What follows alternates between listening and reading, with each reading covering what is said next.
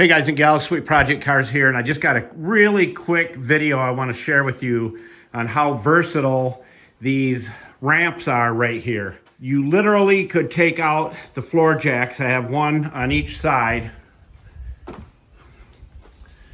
I could take that out right there, rest the car on those ramps, and I know you've seen me share these before, but what's really cool about it is I don't need jack stands up underneath it in my way.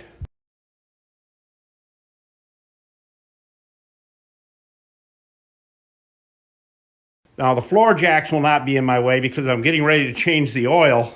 I can just leave these loose for protection in case something happens with the floor jack. And that's the only time you have to worry is if the floor jack decides it wants to do something different. So they're really versatile. I have 4 of them, so I can actually lift the whole car up and keep it level while I change the oil. Now, one cool part about it is when I drain the oil out into this big thick pan, I will not be able to lower the car all the way down to really let it drain out. So I'm going to use that pan right there.